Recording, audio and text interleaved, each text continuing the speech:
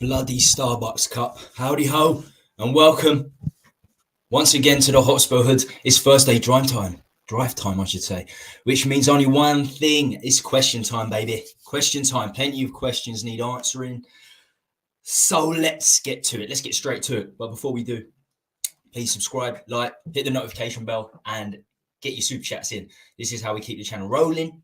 Even a thumbs up on the stream makes a big difference. Just hitting that like. Right.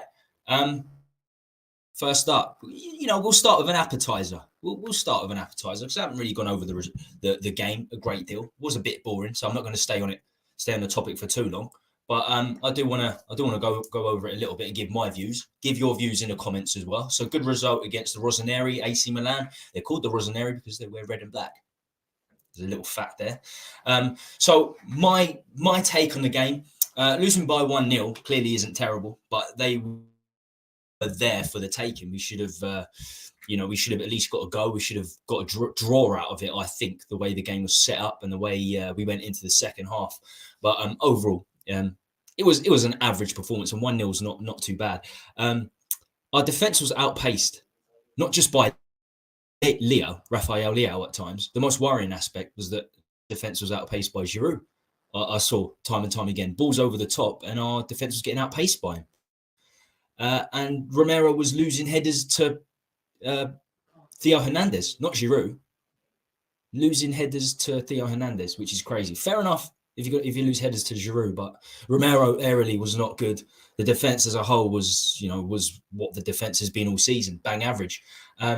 So I think Giroud got through by making smart runs than out-and-out pace. We know he hasn't got pace. And that's something our back four lack. Smarts. And it has been for a very long time. That's why we need a middle centre-back that has got the smarts, has got organisation skills, and has played in a back three without being ultra deep like Dyer and not engaging in tackles. That's what we need. The most worrying aspect, though, we know the defence is bad. The most worrying aspect is that Son, Kane and Kulu were basically ineffective, especially Kulu and Son. We're going to get to them in a bit. Specifically, we're going to get to them.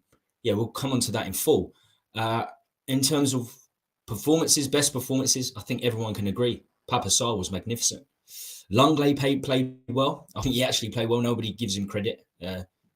So I'll give him due diligence. He was good, Langley. And Sarr's partner, the young crew, Skip, in centre midfield, they were good. I really enjoyed their performance.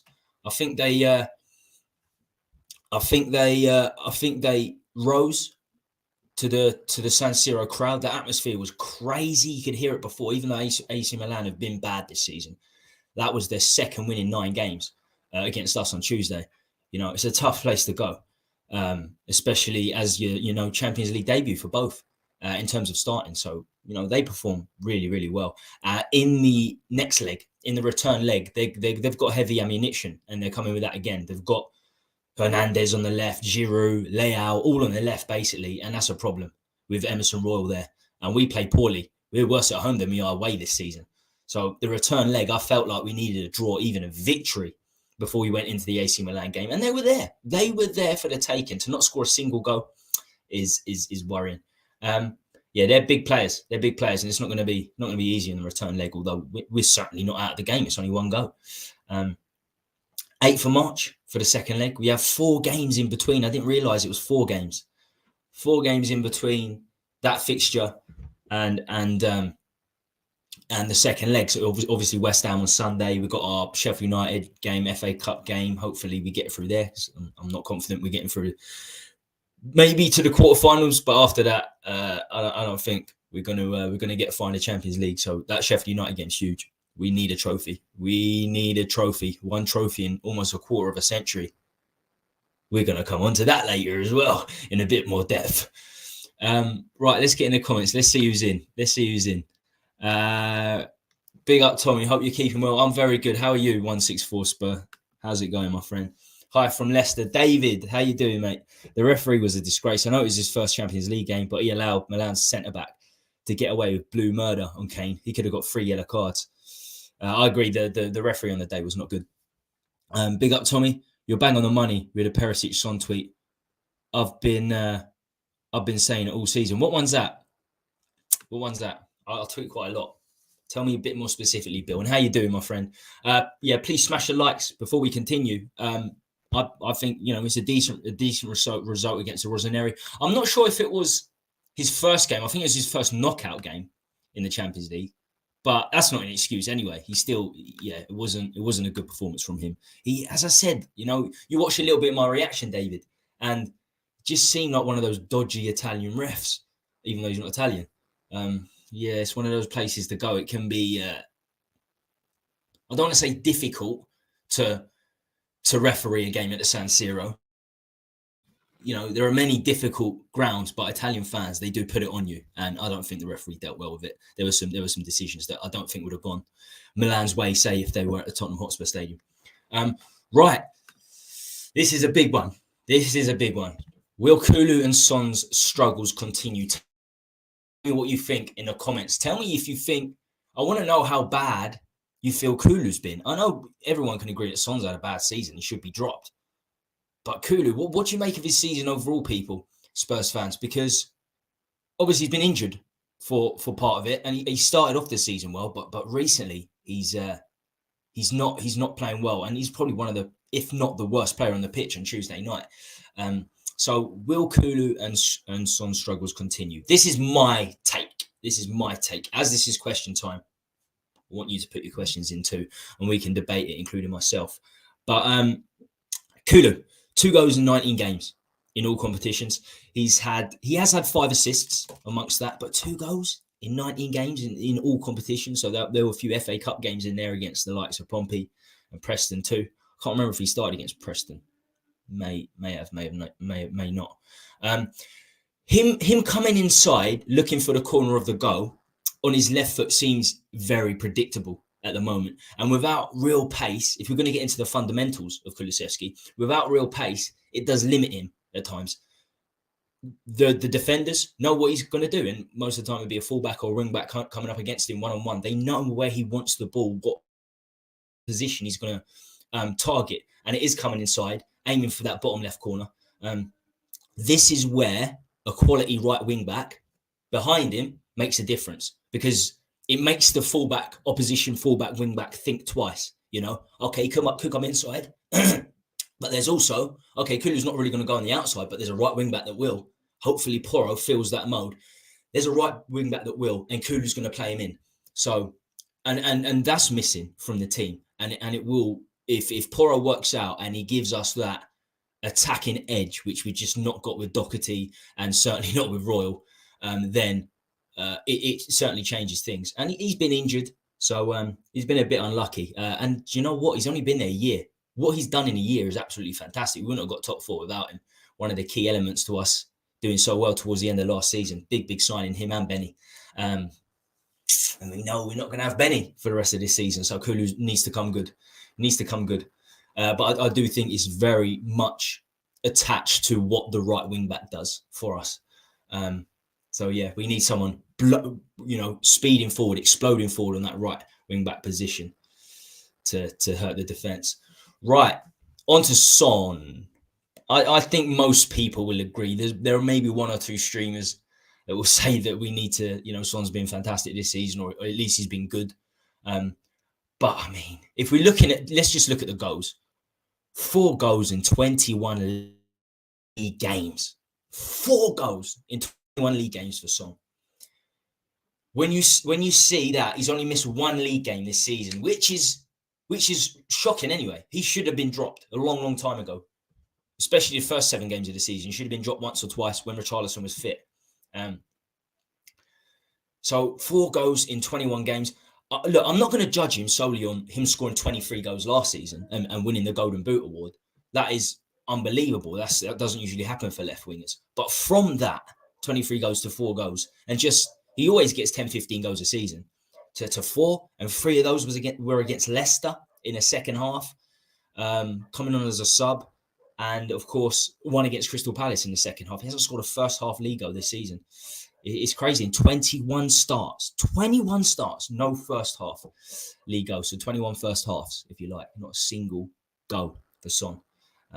It's madness. Nobody could see that coming, especially as we're still 5th we're still around Europe. We're still around the Champions League places. It's not like we're 13th or 14th and we're having one of those really, really horrific seasons. We're still up there.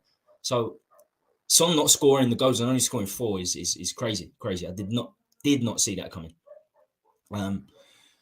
The difference between Kulu and Son is Son does sort of rely on pace. And he's not getting any younger. He's no spring chicken, that's for sure. He is good with the ball at his feet, but not to the same degree as Kulu is. And he needs that pace to keep the defenders back, to question the defenders. Defenders are questioning themselves. Do we stay here and wait for the ball to feet, or do we come to the ball? But then there's over the top, and Son's got pace to get away. So it looks like he's going to be 31 next season. I think he's losing his pace. I think he's a very emotional player. We see that in he cries at at the end of a lot of games. That can seem a little bit pedantic, but it's the truth. He's a very emotional player. So when he has 1 or 2 bad games, he can turn into 5, 6, 7, almost 20 now. I think you could say he's had 17 or 18 bad games, 2 or 3 good ones. But equally, if he goes on a good run and starts scoring again, he can go on a run and end up scoring 5, 10 on the bounce. 5, 10 goals, 5, 10 games on the bounce. Richie needs a game, without a doubt. Son has to be benched. It's a symbol of that for me at this point. Even West Ham, I'd bench him. Certainly one of my biggest criticisms of Conte, and I'm absolutely Conte in, 100% Conte in, is his stubbornness. One, not to start Spence. I felt like Spence should have got a start. I think that's to do with him not wanting Spence, although Spence is clearly better than Doherty and Royal, and not dropping Son. Not dropping Son for all the chances we've had to drop him, especially when Richarlison's fit. I don't expect him to drop. I don't expect Conte to drop Son for Gil. I don't see that happening. He was never good enough. But yeah, no goals in the first half. 4 goals out of 21. Crazy.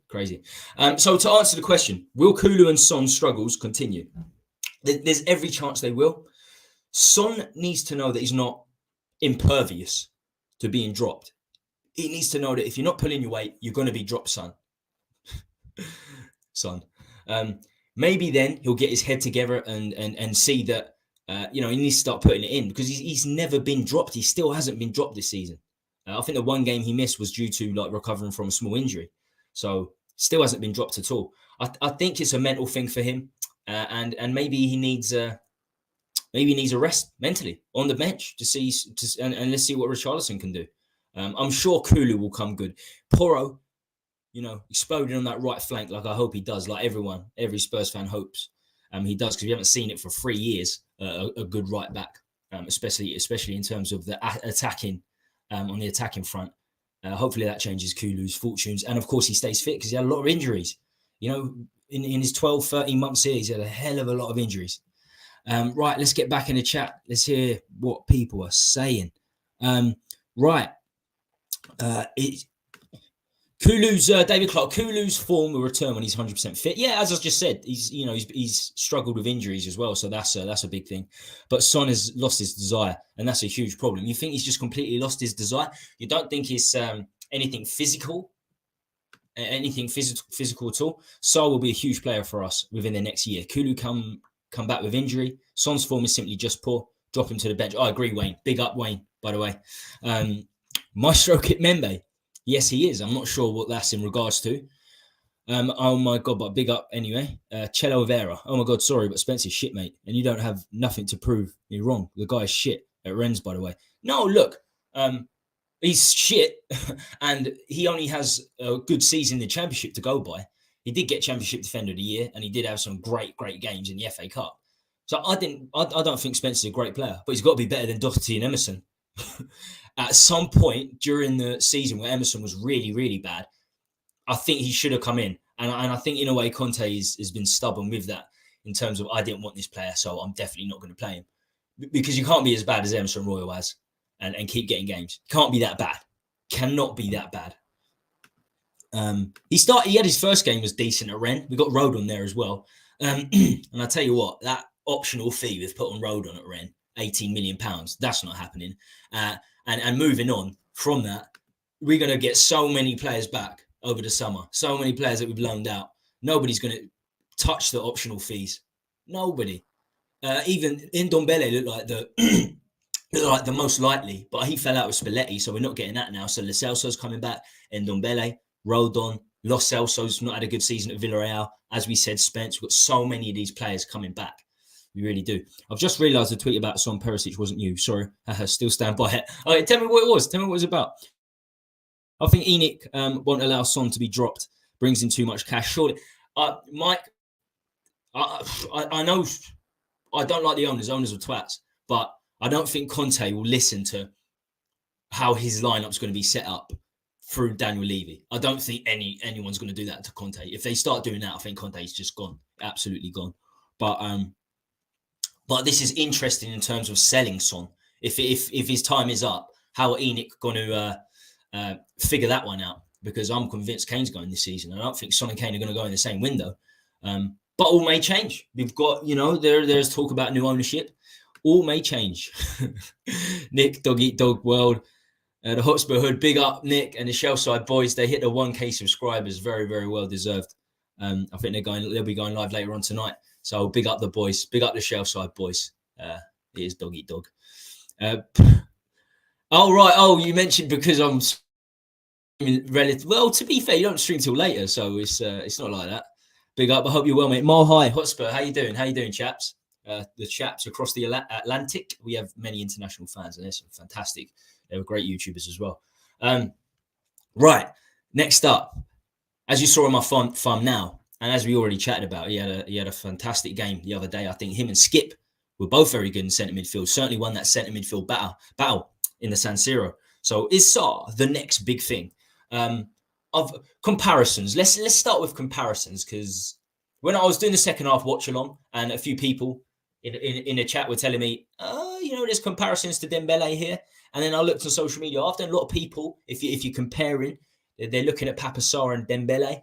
I think, look, if we're comparing Moussa Dembele to PAPE SARR, early days is an understatement. I think he's had 3 games and started 2 in Milan, who are out of form.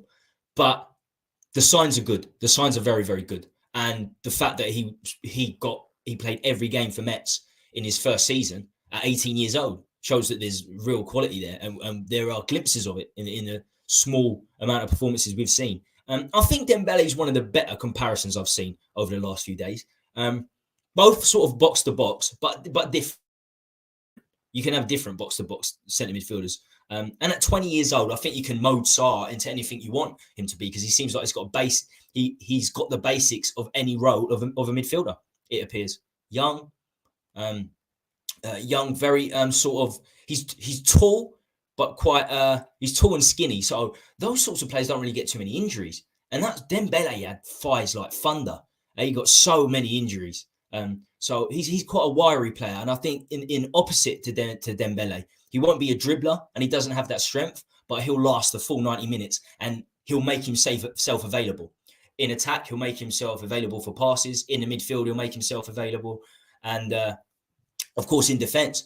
And that's one of the biggest positives I saw with him against AC Milan. He was really pressing Milan centre midfield back, the defence back as well, and their attackers. He's really pressing well, Sarr. Getting around the pitch very good. So I think he is box to box. I think he'll be a box to box player in the future, or even now, because he's going to get a lot of game time with Benny and Basuma out. So I think that's a fair comparison, but a different type of box to box player, because nobody dribbles like Dembele does. It's completely unique. It was just a shame that he had those injuries, so many injuries. He was a very, very unique player. We never got to see the best out of him, but I think Sarr could be very good, but we have to rein it in a little bit, because it is only 2 or 3 games. I think it's only 2 starts.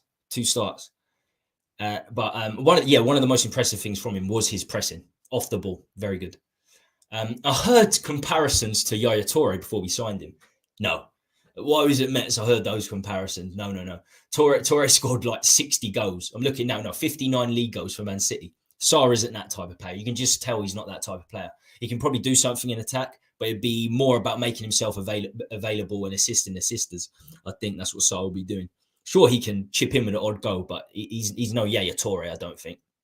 Even watching him in his Metz days, he's no Yaya Toure. So I think Dembele is a better comparison for sure. Right, moving on.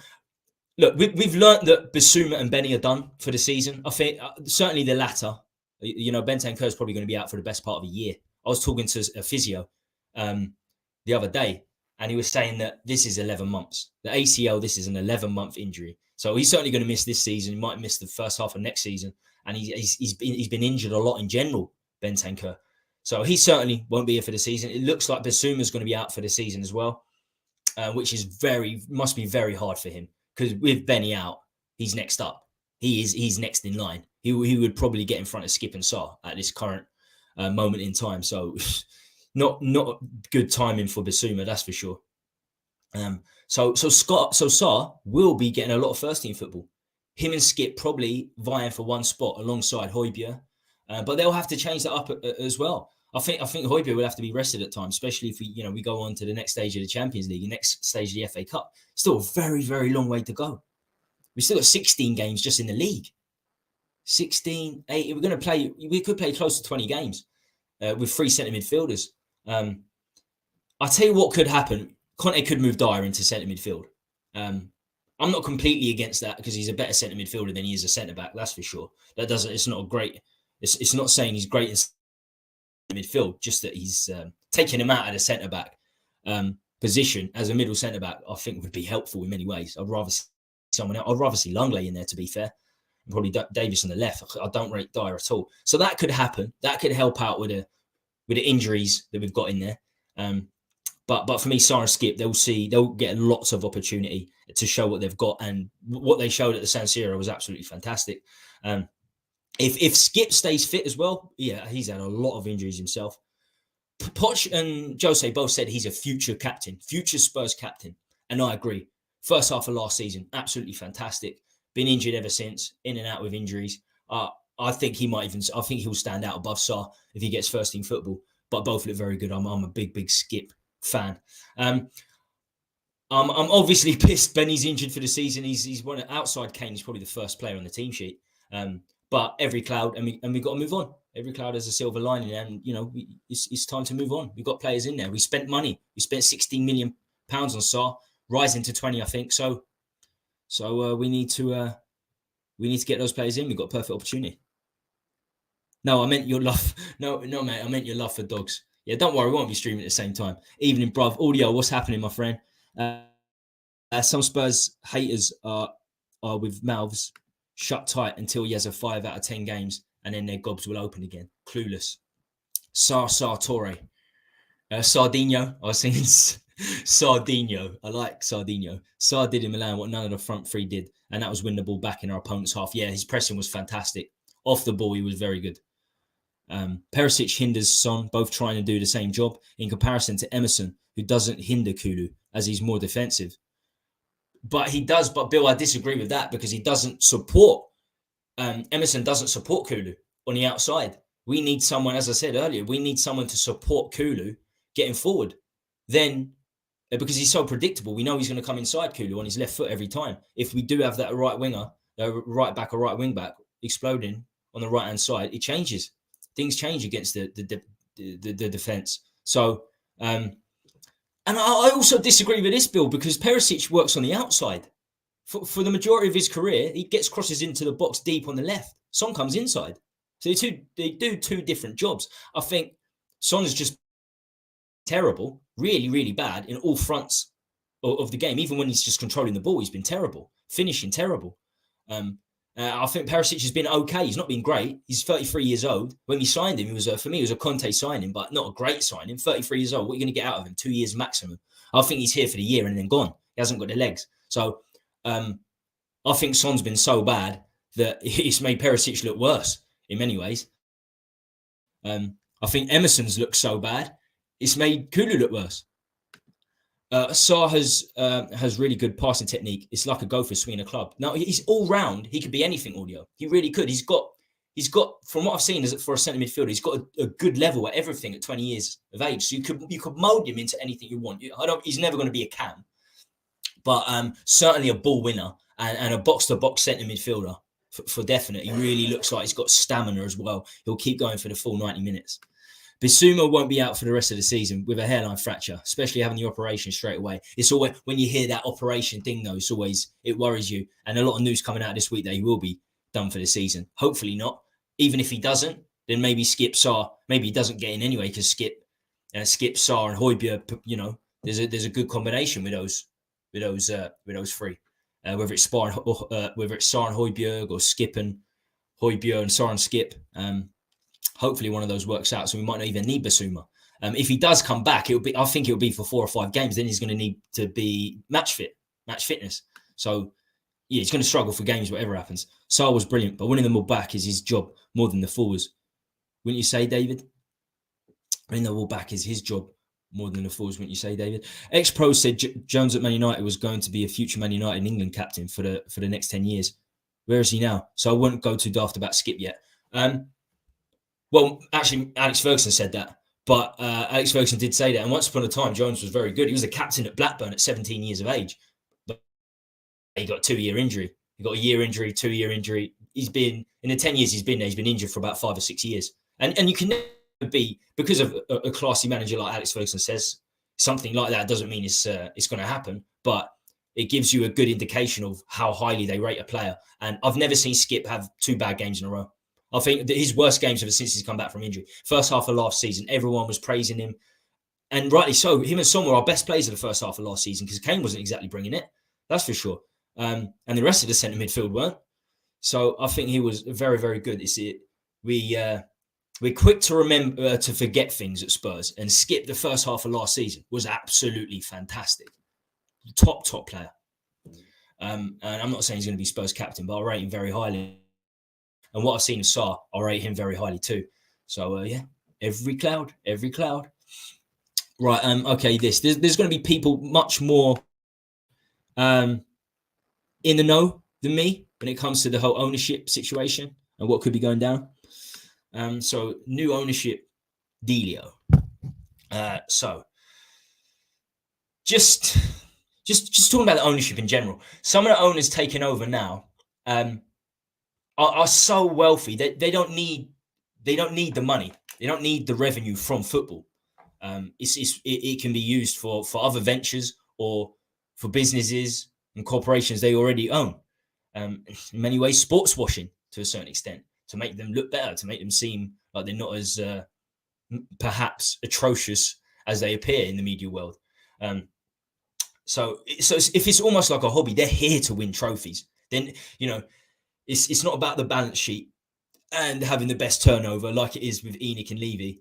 It's about winning trophies. That's what it's about. The exact opposite to Levy and those scoundrels. Look, we're there to finish in the top 5, the top quarter of the Premier League. That's what Levy wants. That's what ENIC want. Top 5 of the Premier League. Stay competitive to get into the Champions League football. Then take all the match day income, food and drink from the Champions League games, the huge television revenue you get from the Champions League games, get into the top 4, don't win titles, and the odd FA Cup and Carabao Cup will help, but he definitely doesn't want us winning the league title. So that massive investment compared to teams around us will never happen with ENIC and Levy. They might spend £150 million next summer or £200 million, but you know, next summer they'll spend 20. So it won't be consistent enough. So we need them out. And this ownership is the MSP, Sports Capital. And just looking through them a little bit, they run a few other sporting teams, including McLaren in F1, who are not really doing well these days, and Augsburg in the Bundesliga, who I looked, and they're 13th in the Bundesliga. That's out of 18 teams. So their portfolio is not exactly great. They've got a few other clubs, franchises they own as well. So that doesn't sound that uplifting, but looks like they're interested and they're willing to put the £3.75 billion in that ENIC are asking for. But one good thing I saw here, when you're looking at that 3.75 billion bid, it's with other backers from Abu Dhabi. So that's the sort of little moral ownership I want, to be honest with you, because that's what's happening around the world. They're the ones that bring the best money. I don't really care about principles and morals of owners. I want Spurs to win. They might not fall in line with my own principles and morals. 90% of people don't fall in with my principles and morals, so that doesn't matter. I just want Spurs to win now. It's embarrassing, beyond embarrassing. We've become a laughingstock as a club. From other fans, very much so. We've become a laughingstock in a quarter of a century. One Carabao Cup, the least prestigious trophy of the 4 we enter every season. That's all we've got in almost a quarter of a century. Kane, best striker in the world, sitting there. Son, the best duo, other than this season, the best duo in the league history almost. One Carabao Cup in a quarter of a century. It's reprehensible. So thanks, Enoch, for the Champions League football and the Red Hot Chili Peppers. Now, on your bike. Hopefully, if this 3.75 billion deal does go through, we'll never see them again. In some instances, previous owners keep a small share. I don't want Enoch to have 1%. I want him out. If it does happen, I just want him completely out. And I never want to see. I want to see Levy's back, and I never want to see him again. I'm really glad that this new ownership situation is starting to move, even if it's just rumours. We had the minority ownership rumours in January.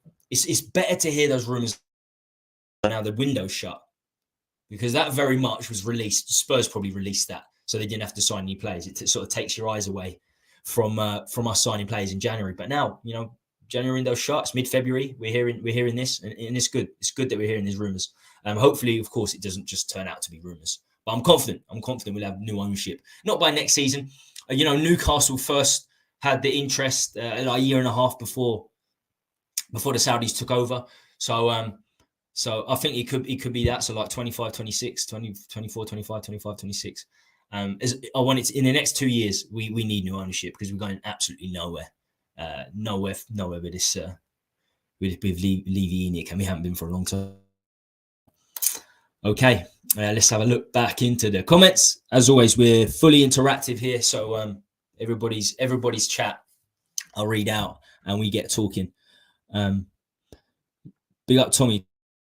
Right, what is happening? What's happening, my friend? How's everyone doing? 35 minutes in. We'll get at least an hour in tonight. And there's loads and loads to debate. Lots of questions to put to myself and to put to the people in the chat.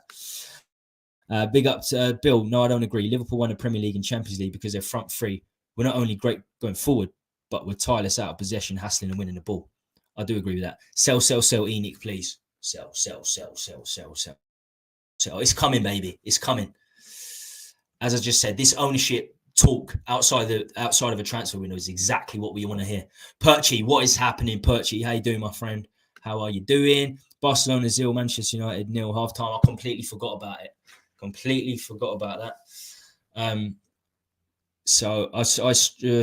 Barcelona, Man United. Who do you want to win in the Carabao Cup final? I tell you what, a lot of people say they want Newcastle to win. I want Man United to win because we're literally competing with Newcastle for that top 4 spot for me. I think Man United are going to get top 4, Man City, Arsenal.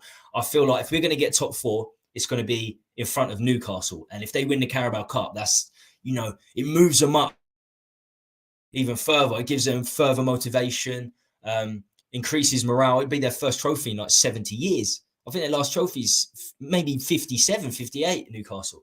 So, and they're just growing all the time. So I don't want Newcastle to win the Carabao Cup.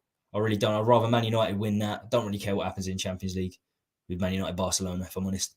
I don't know when that Carabao Cup final takes place, but I think we need Man United to win that if we want to get top 4. But then what's the point in getting top 4 if we never spend the money for getting into the top 4? So it's just the same. We go around in circles. Big up, Tommy. How have you been? Elias, how you doing, my friend? I'm very, very well. How are you? It's all good. Levy doesn't have a say in if we sell or don't. It falls on Joe Lewis, and he sells at his price. Yeah, but I'm sure Levy will be in his ear a little bit. Like what's that Lord of the Rings character, Wormtongue? Where in your ear, sort of. Maybe you should accept this. Maybe you shouldn't accept this. That Levy is. He's a sneaky fucker, so he won't have ultimate say. Of course not. The confirmation will be by Lewis, but I tell you what, he trusts Levy very much, doesn't he?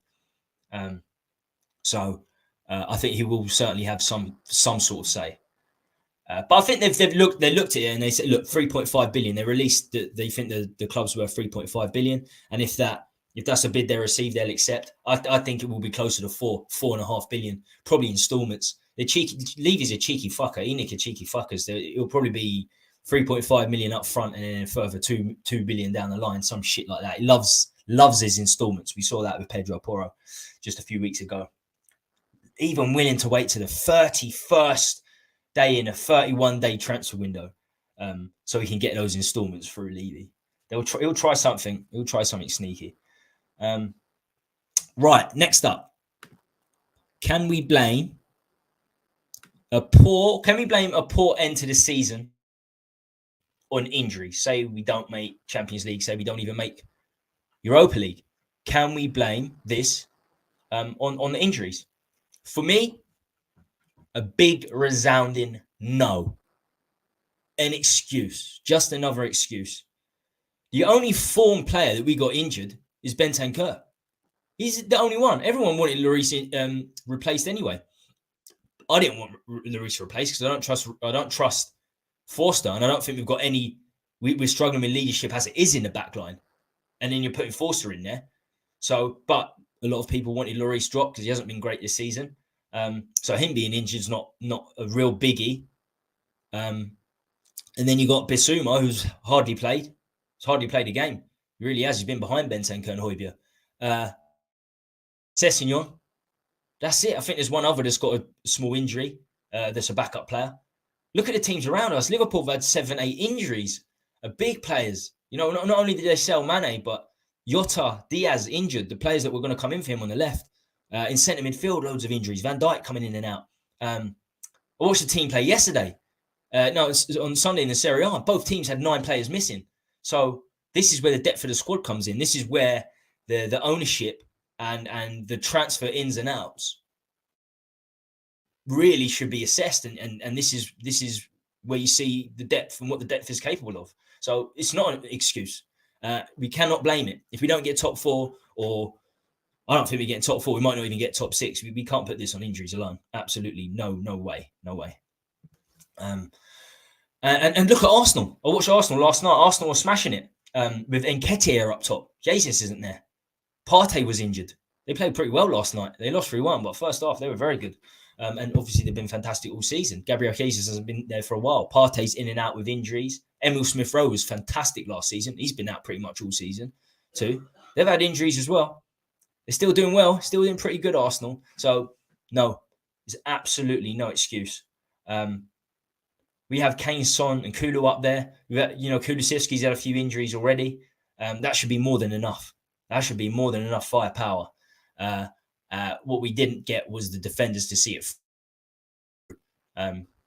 We'll see. We'll see. That will be the issue. Not the injuries. It will be not getting the centre back reinforcements that we should have.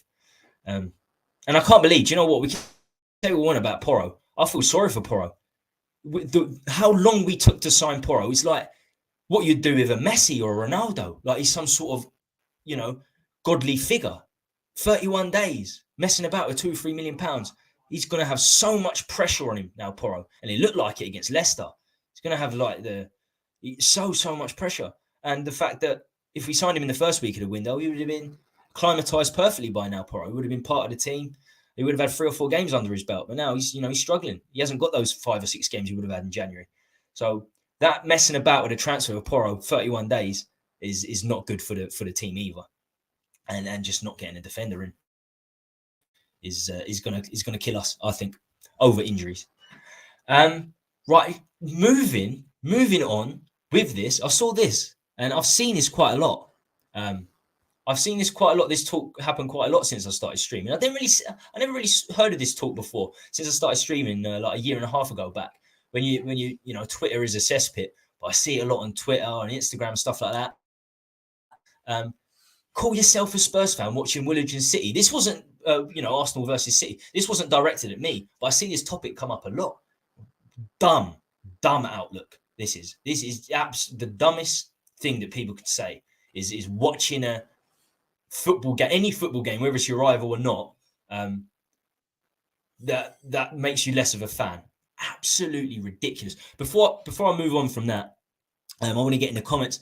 But please make sure you smash that like. Make sure you smash that like, please, people.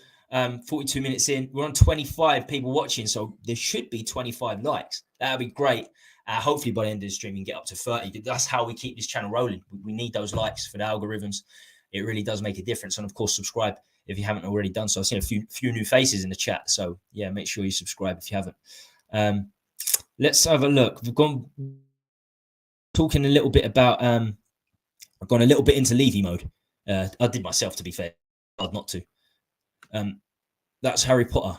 Levy is an employee. He will be involved, but he won't make the decision. And he may even stay, even with the new owners. He is still chairman. No. He is chairman, but that is a role that is dictated fully by the owner.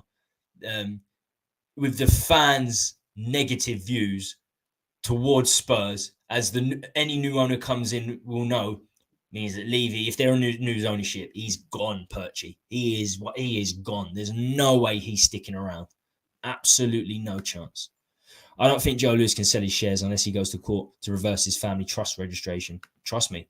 Okay. I never heard of this. It's an excuse if you blame it. Absolutely an excuse. No, you can't blame it on injuries. A good club should have a squad depth built in to cope with such situations, something we haven't got. We haven't played good all season. How can it be an issue now? No, we can't, because we have lost 8 Premier League games with still 16 games to go. Very true.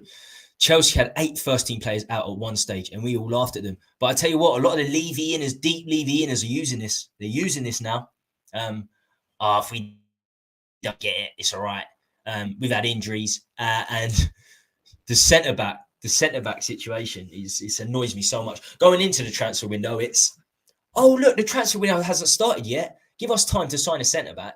But we had time in the summer, we didn't sign a centre-back. So that was bad enough. And then this window, we didn't sign a centre-back. Once the window's closed, the Levy-inners are saying, don't worry, next window. We got till next window to sign another centre-back. And we won't have injuries next season. So the fact that we missed out top 4, top 6, down to injuries, and the fact that we were going to sign players this summer. You need to sign a player every window. 3 windows, we haven't signed a centre-back. Other than Longley. With an optional fee. No, he has no optional fee, actually. There's no optional fee for Longley, so he will be on loan and he'll go back. So for 3 transfer windows, we haven't signed a centre-back. Under Conte, playing 6 centre-backs, 3 centre-backs, so 6 centre-backs in the squad. We haven't signed one. Not a single one under Conte. Crazy. Romero was already there when Conte showed up. A manager that's formation and team are built so much on the centre-backs to have not brought in a single centre-back. Is madness. John Linton and Longstaff are 4th. No, we can't blame injuries. Yeah, exactly. I'll tell you what, whenever I see Longstaff, I think, fuck me. He's, Joe Linton, of course. But Longstaff's really surprised me because I think he's like championship standard. Bill, exactly. Newcastle lost 1 league game with Fabian Schär at centre-back. Exactly. Yeah, exactly that. They've got do you know what? Newcastle in general have got a very, very average squad still. I mean, last January, they brought in Trippier, who's 30, 31. It's just smart business, Trippier. He's not a great player, and he won't be around in 3 or 4 years' time, but a smart player, leader in their dressing room. Won a league title with Atletico Madrid, been at Spurs and Burnley, so he knows his way around the Premier League.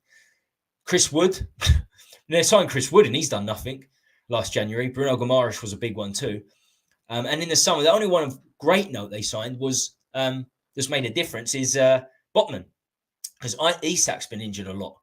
So they haven't spent millions and millions, Newcastle, like everybody expected. They just made very smart signings. So absolutely, we cannot we cannot blame injuries. Wood is at Forest now. Yeah, he's on loan, isn't he? He's on loan. But what I'm saying is it didn't work out. So even with the transfers they've made haven't worked out, but they're still smashing it. Absolutely smashing it. Dan Burn was a weird one as well. Dan Burn, I watched their last game. He was terrible, but they're still making it happen. They're absolutely making it happen down there in Newcastle. I think one of the biggest things is sentimentality.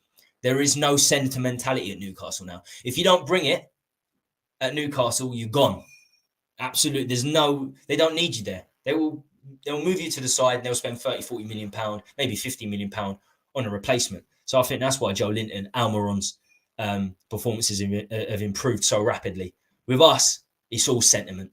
We keep players around for too long. Lamela was around 3 years too long. Dyer's been around 3 or 4 years too long. Davis probably shouldn't be there now. It's as simple as that. Too much sentimentality and non-movement in the transfer window for me. So yeah, I mean, call yourself a Spurs fan watching Woolwich versus City. Look, I like watching good football in general. I won't not watch rivals play. Many use this narrative. It comes from people who can't be bothered or don't have time to watch other games. That's the way I see it. Not because it makes them a better Spurs fan. I watched the Arsenal versus City game last night, dipping in and out. I didn't watch the whole thing, as it's just dipping in and out. Really good game. Clearly the two best teams in the Premier League. Arsenal very good in the first half. For some reason, City never bring it against us, but they do.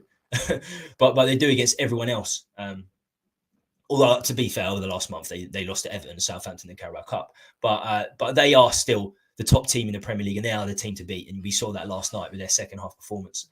And of course, I want to watch Arsenal play because I want them to lose and fuck up winning the title, and they're in trouble now. Same points as City. I know they've got a game in hand, but they've also got to play against City again in April. So fantastic, absolutely fantastic. I want to see it trounced. I want to see them get trounced. They could even miss out on top four. I know it's crazy looking at it now, but Arsenal could even miss out on top four. It was a one-horse race at the moment, and they could end up finishing third, fourth, or even fifth. I won't be surprised. But regardless, Arsenal still are. They're a good team, and you're not less of a Spurs fan if you watch your rivals play. It's absolute rubbish. I see that. I see a few people talking about that. It's absolute rubbish. How is a proper football coach? That's the reason. That's part of it, but nobody wanted Howe at Spurs. Nobody wanted Howe at Spurs after he was pretty much sacked from Bournemouth. I think anyone going into that Newcastle job, I mean, Howe's got up his game as well. Everyone at Newcastle got up their game, or they know they are gone. And so I think Howe has had support with the owners. He's had to support the players he wants to play the way he wants, which is a fast attacking brand of football.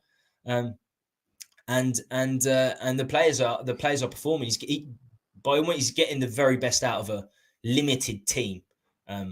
That's for sure.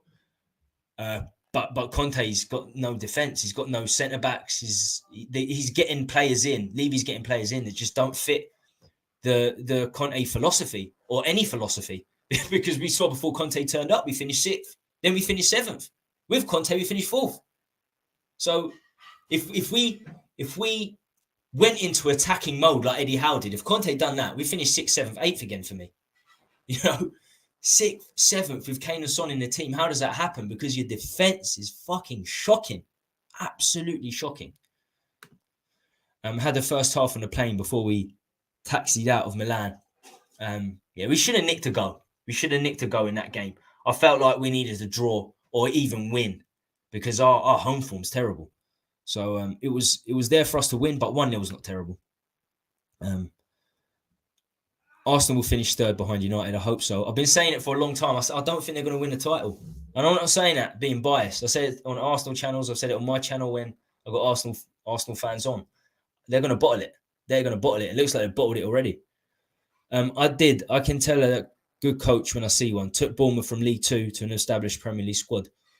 I think everyone can see that. That's obvious, Perchy. Everyone knows that he's taken from League 2 as the top manager. I don't think you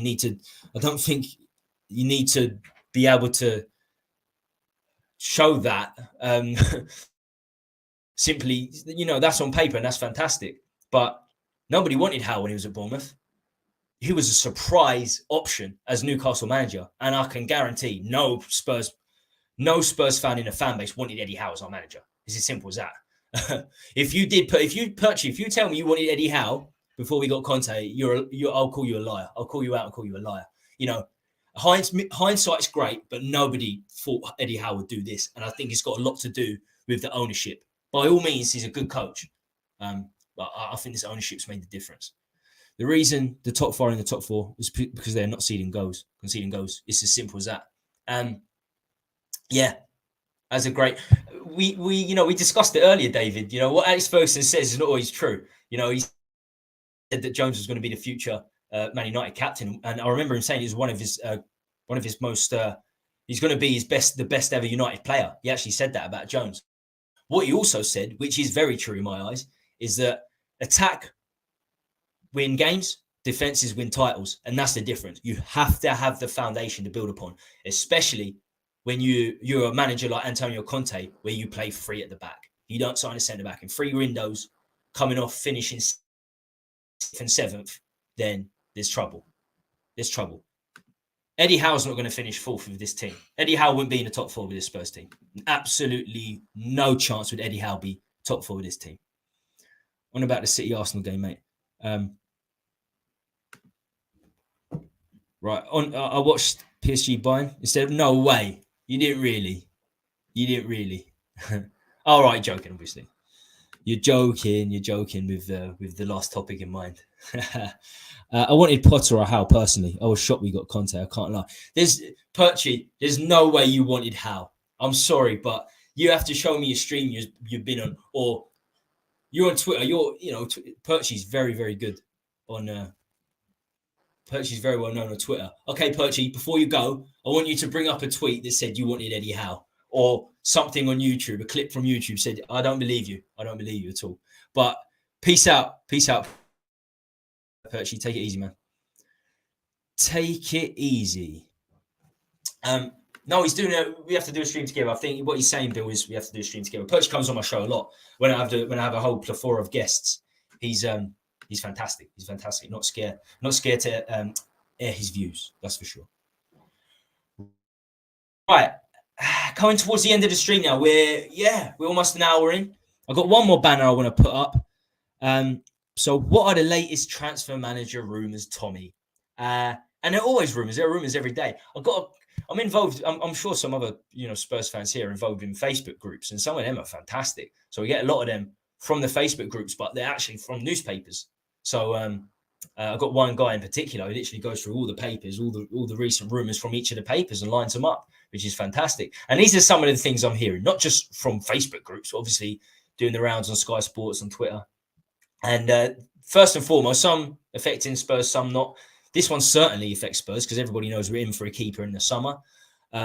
Regardless of if we see Lloris, I think we will see Lloris before the end of the season. I think he's out for another 6 weeks. I think he needs replacing in the summer. So let the rumour mill begin. And it has begun. It began in January. Not that we was ever signing a goalkeeper in January. So into keeper Onana to Spurs. We've been interested in him before. He's had his first season signing from Ajax, where he had some problems. I think he was banned for something or other, bets or drugs test or something like that. Onana. He's not had the greatest of seasons at Inter. So he's linked with us. David Raya, as a goalkeeper, has been linked with us in the past. But the Onana one, I haven't seen before. That's why I thought I'd mention it. Have people seen Onana? He's a top keeper. Not sure he's the one we really need, but he's a good keeper nonetheless, because he would be an Inter reject in many ways. we don't want that. I saw this last week before Haaland scored against Arsenal. I was hearing. There's. I think it was. Do you know what? I think it was a big Spurs Twitter account with like 40,000 followers, and it got loads of likes. And it was Haaland to Spurs, because Pep's not really getting on with Haaland. They're going to give us Haaland, and they'll take Harry Kane. Yeah. Oh my God, I've seen that looked at numerous times. That's just fucking insane. This one's interesting. Richarlison to Real Madrid. Very interesting. So to replace Benzema, they've been looking at a few forwards in that row to replace the outgoing Benzema, who looks like he might be going in the summer. Big player for Real Madrid. So Richarlison's come up. Son's come up in the past. Last season, the only team he's ever linked with, Son, is Real Madrid. But Richarlison to Real Madrid, I could see it happening to a certain extent. If Kane is sold, absolutely no way, because Richarlison will be next in line for me. If Kane isn't sold, signs a new contract, or just ends up seeing his last year out at Spurs, I think possibly that could happen. I don't think he's had a fair crack at a whip at all, Richarlison. Not at all. Son should have been dropped many times this season, and Richie should have been in on the left flank, because he was signed as a left winger from Everton. Calvert-Lewin's their striker. Plays number 9 for Brazil, but he is signed as a left winger, Richarlison. Son should have been dropped a long time ago. As I've been saying, for the last week. I hope he's dropped against West Ham. We could do it that edge against West Ham too.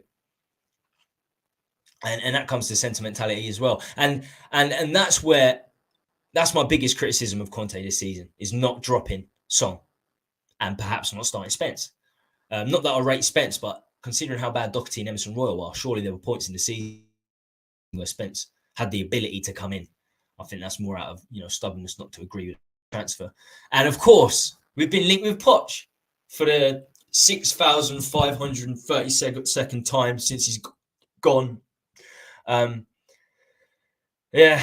Never return to the scene of a crime, Poch. I'm giving Poch advice. Never return to the scene of a crime. And it was a crime what we done to Pochettino. No signings for 500 days when we were competitive, when we were getting into the Champions League final.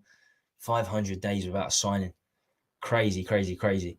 Don't return to the scene of a crime. And I don't want Poch anyway, to be honest with you. He never really won anything. Well, he never won anything. And I think it's good for both parties to move on. I think they have. I don't think Levy will get him back in. I don't think Poch will take the job. Actually, I think Poch would take the job because how the PSG thing ended. He needs a job. He's linked with Leeds and Southampton, so highly linked with Leeds. So I think he would take the job, but I don't think Levy's even that dumb enough to go back there unless the fan base really, really push for it. But I know from talking to fans and seeing on these, on social media, that most fans do not want Pochettino back. Nostalgia is nice, but that's all it is. We're looking at, if that was to happen, it would be Kevin Keegan. Kevin Keegan, 0.2 when he returned to Newcastle. Very similar managers, actually, Pochettino and Kevin Keegan. Very attacking. The players love them. But at the end of the day, they were limited tactically. Kevin Keegan was a fantastic man management, but he was limited tactically. It was all attack, man motivator. And Pochettino will come back in. If he was to return to Spurs, he'd come back in with a weaker squad, much weaker defence, and much better teams around him. Let's face it, back in the Pochettino days, Klopp and Guardiola just started before Pochettino left, and Leicester were winning league titles. Very, very different these days. So, yeah, forget that. I hope that never happens, to be honest with you. I hope Pochettino never returns. Big Sam to Leeds. That's another rumour. March to Southampton. I'll worry about these. I always look at the managerial movements in the Premier League, and I'm always interested by them because I feel like we'll get one of the leftovers. I had a feeling for a long time that we'd get Hasenhüttl. I wouldn't be surprised. After the Nuno appointment, I would not be surprised if we got someone like a Hasenhüttl in the summer window. You can't put anything past this ownership. The Nuno employment 2 years ago was horrific. After sacking Jose before a Carabao Cup final, 72 days it took to employ a new manager, and we got Nuno. Anything can happen. So, yeah, I think Big Sam to Leeds, March to Southampton, Hasenhüttl to Spurs. Please no. Right.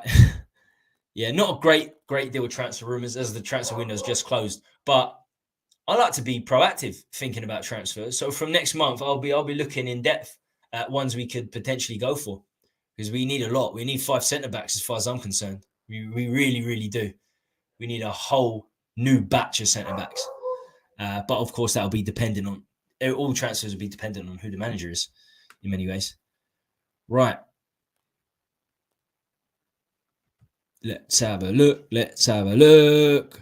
People in the chat, please smash the like. We're an hour in. We're almost coming off. Hit the like if you haven't already. Really, really does help the stream. Okay.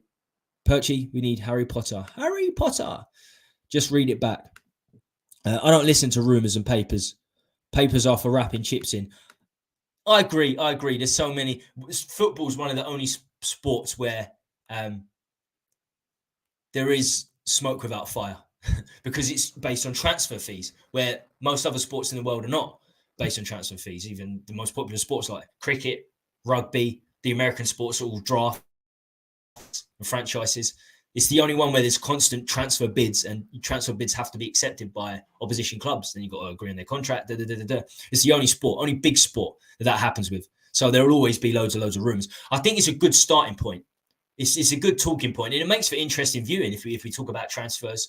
We look at the rumours and then make up our own minds from those rumours, not use it as gospel. Like, we're linked with Onana, we're definitely signing Onana. But use it as gospel, and then judge the player yourself. That's the way I like to do things. Our next manager will be either Carrick, Woodgate, or Robbie Keane, and a new project begins. That's true. The next manager could be a project manager. That's very true. Especially with Sarr, Skip, and maybe if we want Gill back. I don't think Gill will ever turn into a Premier League player, but maybe with that in mind, I don't know, Alfie Devine, Dane Scarlett, we've got some good youth players in there. I definitely want to see a Spurs homegrown boy make it to the England squad in the next year or 2 years, and I see Devine or Scarlett get game time in next season, because they're rated so highly. The Hotspur way, when I was going there 3 or 4 years ago, still scouting now and again, and interested in the youngsters coming through. The talk of Scarlett was huge. The talk of, to be fair, what's the guy's name? We let him go. I can't remember the chap's name. Was high, but no, Devine and Scarlett. Everyone's saying these guys have the potential to be world class. So we need to see what they're about next season. Is a Poch rumor, the new Bow rumor, potentially Dragon Crackers, potentially. Spence is getting rave reviews in France, and apparently Winks is smashing it now in Italy. He was injured for the first 6 months, Winks, so it wasn't like he wasn't getting start time at Sampdoria because he was shit. It was because he was injured. So you got to look at that. I didn't know he was smashing it for Sampdoria. I know they're like 15th, 16th in Serie A, so they're not doing very well. So it will be easy for Winks to get into the team. But if so, then fantastic, because it means we could get money for him in the future, and that's what we want. Spencer's getting rave reviews. How many games is that? 2 games? 2-3 games? I don't know. I think Spencer certainly deserved. He should have got some game time this season with Emerson and Doherty in front of him. I really do. Spencer's playing so-so at the moment. How are you, Tommy, in the chat? Spurs 72. Very, very good, my friend. How is it going? Sorry, Tommy. I'm late again. It's that time of the month. What's the point, FC? Would anyone like Bielsa? I saw Bielsa as a short term. If we were to get rid of, it was something I was talking about a little bit. If we were to sack Conte from here until the end of the season, I'd take Bielsa from here till the end of the season. He's Pochettino's master at the end of the day. He's basically his father figure in football. So they would play similar football. For a little while, it'd be okay. But for the long haul, absolutely not. I don't want to see someone like Bielsa there for the long haul. But definitely short term, I'd take Bielsa. And it could happen. I see Conte and Jose's trajectory at Spurs is almost identical. Took over about 2 months into the season. Both Jose after Poch was sacked. Conte after Nuno was sacked. Both lasted a year and a half. And Conte's coming to that year and a half point now. And I'm starting to see changes in Conte, like I saw changes in Jose towards the end of his tenure, trying a few new things. Even when Sarr was, even when Bentancur was fit and Basuma was fit, he put Sarr in for a few games. So Conte has been trying things. And he's added the early press to his team, which we didn't see before. First 15 minutes of games now, we're pressing really high up the pitch. Really high up the pitch pressing. So there has been a change. I think Conte's trying a few things. Jose tried the same, but it didn't work, and he ended up getting sacked. So I think that was, if I'm saying it's a similar trajectory, I think we've got a month or 2 months till that point came with Jose. I think that could happen with Conte. I really do. He might not make it to the end of the season, and I certainly don't think he's going to be there next season. It doesn't matter who we get; he won't be back. Maybe if we get the new owners, who knows? If we get these new owners, see Conte coming back. Tottenham Towers, what's happening, my friend? How you doing? Bielsa is like bringing in a block of Swiss cheese as our manager. His size league goes in the millions. Yeah, I mean, if you go attacking with this defense, you're in trouble. But definitely, as a short term, I'd rather have him than say Ryan Mason to the end of the season. Sup, Tommy? Yes, Tottenham Towers. What's happening, Mark? Tottenham Towers. I think we could be bringing in the Brighton manager. Fucking, he's only just moved, isn't he? De Zerbi literally just moved. I don't know where he was. What was he doing in Italy? De Zerbi. He was in Italy, wasn't he? Doing extremely well. I can't remember who with. But bloody hell, that's soon. Yaya Toure with JD assistant, Jermaine Defoe assistant. We was talking about Yaya Toure earlier and the comparisons with Sarr. When he was in France, they were comparing Yaya Toure to Sarr, or Sarr to Yaya Toure, which is just not the case. I really like Sarr, but he's not going to be a 60 goal man. Yaya Toure's scored 60 league goals for Man City. Sarr's not that sort of player, but box to box, he could be outstanding. And the signs are very good. The early signs for Sarr are very good. But I suppose that could be a caretaker role, couldn't it? That could definitely be a caretaker role. 2-1 to Man United now. Spence is playing now versus Shakhtar Donetsk. I'm behind. I need to take a look at what's happening in these games. Spence is playing versus Shakhtar. Rashford, Kunde. Is Rodon playing? Rashford, Kunde. 2-0 to Man United against Barcelona. Rashford's killing it. I don't rate Rashford at all, but he is having a whirlwind time. He really is. When he gets going, that boy, I mean, he's got pace, hasn't he? He's got pace to burn, Rashford. Let's have a look. While I'm still on here, let's have a look.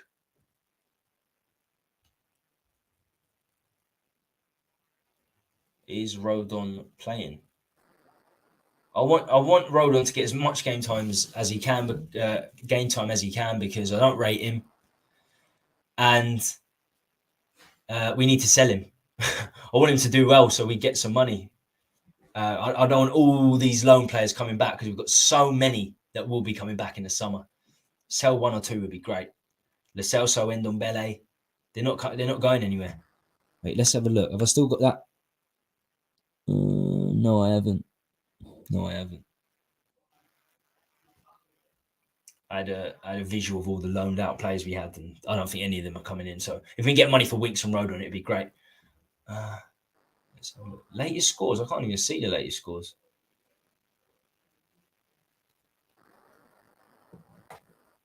Of course, it's not Champions. It's Europa League, isn't it? It's Europa League fixtures. Champions League, Europa League.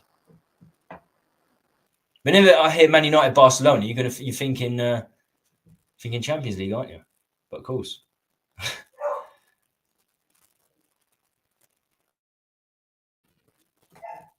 Kunde, Alonso playing centre back. I've seen that a lot. Barcelona playing Alonso at centre back. Kessie, just looking at their team in general, because people mentioned it, and we were so highly linked with Kessie, and he's not doing it in Barcelona apparently. So still get a Kessie and Frankie de Jong. He's my dream centre midfielder, deep centre midfielder. But yeah, they're 2-1 up. Let's look at it's not the game I really want to look at though. I want to look at Rennes. Jose's Roma playing. Union Berlin being there. Wow, they're absolutely smashing it, Union Berlin. Yeah, Rennes are 2-1 down. I like Toka Akambi scored. Toka Akambi's a really good striker. I used to play for Lyon. Always rated him. Big, wiry guy. Very, very wiry, but strong. Extremely strong. So, yeah, Spence is there. I think it's his third game. It's his third or fourth game. So, very, very early. A little bit like Sarr. We can't start saying that Spence is great because he's done well for Rennes, or Sarr's absolutely world-class because he played 3 games for us. But Sarr, future looks good. Rodon's not there. Wonder why that is. Has he been rested? To be fair, they've got some good players on the bench. They've got Meyer on the bench as well, who's very, very good. So, doesn't mean a great deal. Fingers crossed Rodon does well so we can sell him. Fingers crossed Ndombele does well so we can sell him. Lo Celso, all the players we're loaning out, because I don't want to see him back, the majority. Gil as well. Don't rate Gil. He's not going to make it in the Premier League. Conte will be sat 5 days before the FA Cup final. Oh, mate. That's that could happen. We all know that could happen. Rodon's on the bench, yeah. Yes, I'm watching. No Rodon. Sweet. Not sweet that he's not playing, but that'll wrap it up for tonight. I hope you enjoyed the stream. Please subscribe, like, hit the bell. It's all free and it's all key. In terms of keeping the channel rolling, it's imperative you do those things. Next stream is Sunday. We'll do something Sunday evening. I might do a little preview for the West Ham game early, like do an early sort of prediction in terms of the team we're going to put out, this, that, and the other. Prediction of the West Ham team they're going to put out, and just basically a preview of the game early Sunday. We're talking like 11, 12, midday GMT. So that could be the next stream. If not, it'd be Sunday evening, looking at the West Ham game. Fingers crossed it's 3 points. And I said this all week. give Richarlison a chance. Take Son out, give Richarlison a chance. He's fiery. We need someone fiery for this fixture. This is a big, just behind Arsenal, Spurs West Ham for me. Massive rivalry. Take Son out. Tell him you can't carry on playing like this. 21 games, 4 goals. It's not enough. 21 games, 4 goals. You need to be benched. And this is the time. West Ham. And if he does, Richarlison will score his first Premier League goal or 2. I guarantee it. Okay, stay safe, stay free, and stay classy, little whites. Come on, you Spurs. Take it easy, everyone.